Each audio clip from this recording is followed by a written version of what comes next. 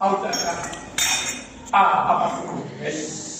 apha kulisele nabahlobo abomhlobo welizwi elikaThixo. Kulise zonke inkonzo ezilapha ngelihle igama likaThixo. Amen. Amen. Amen. Nali izwi elithiweyo apha okokuba ilizwi elifumaneka kwincwadi zethu zikaYohane ku-19 ivesi. Sizawuthatha ivesi eka-28 sine kulunda apha kuthiwa emveni koko uYesu esazi ukuba zonke izinto zifezekile ukuze sifezeke isibhalo wathi ndinxaniwe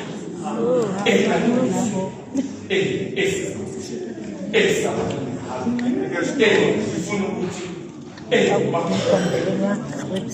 ilizwi elimnandi apho kuthiwa zathi ke ezakufezeka zonke izinto wathi uYesu ndinxaniwe wathi ndinxaniwe.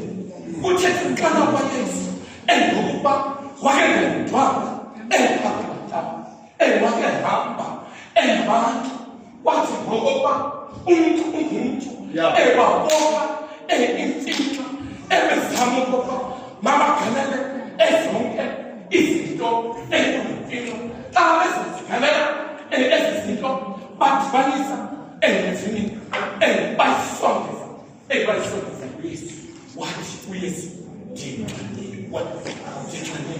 Uthe umnqana wakhe uYesu kunjalo mamnqwe bafika abantu esithi ndinxaniwe basondeza isitya esisitya esasisele endlini basondeza eduzane kwakhe ukusisondeza wanika intloko uYesu wanika intloko uYehova uThixo.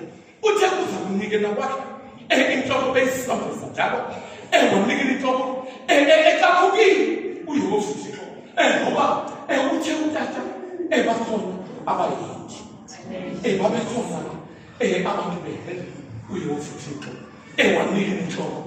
Kuthe ke kusenjalo kwafumaniseka okokuba uYehova uThixo nguye yedwa oqinileyo esimazi okokuba xa besithi ndinxaniwe ufuna ukusindisa abantu ababesasenza emhlabeni efuna ukubasindisa.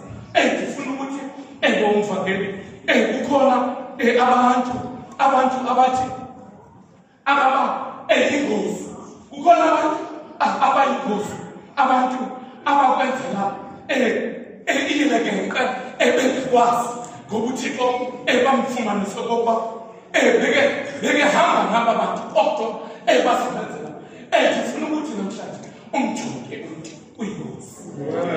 Uyingozi umntu uthi uhamba naye nje uyazazi okokuba enzengathi akakwazi ekuvisa intlungu eziviwe uYehova uThixo.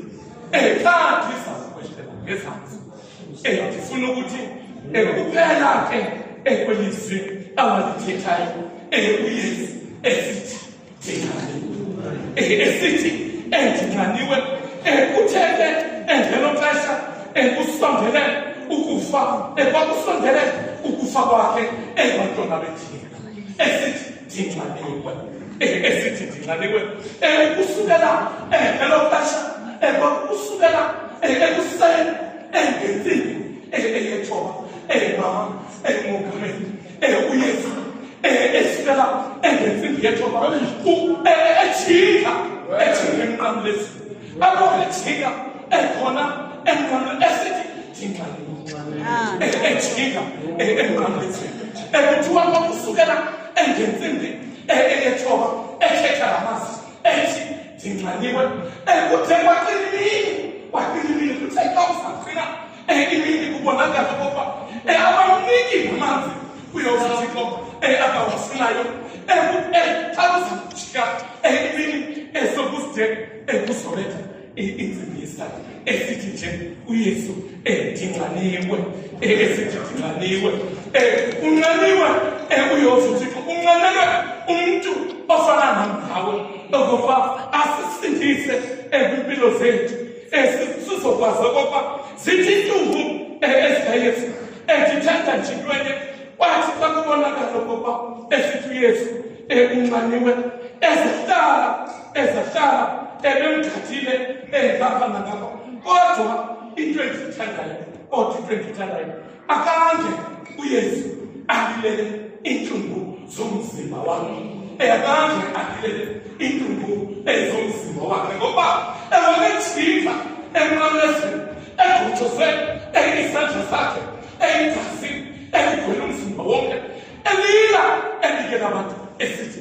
dinxaniwe esithi dinxaniwe elilizwi ke elingelwa apha elilizwi endilithandayo bantwana bethina okokuba masiphume enalo kuletho sisazi okokuba uYesu ufuna impilo zethu uYesu ufuna impilo zethu ayikho into ndithanda uYesu uthetha ezawuthetha kwisirayeli esifa engenxa wake sifa engenxa uSirayeli wathetha noMoses wathi betha aphendiweni ukuze amanzi ababose akazange jikajike uMoses uyawathetha amabose amanzi ndifuna ukuthi bantwana basekhaya uYesu uthi dinxaniwe masizame ke okubuYesu uthixo asisindise ngoba xa sithi dinxaniwe ufuna ukusindisa imiphefumulo yethu asindise impilo zethu uzawusindisa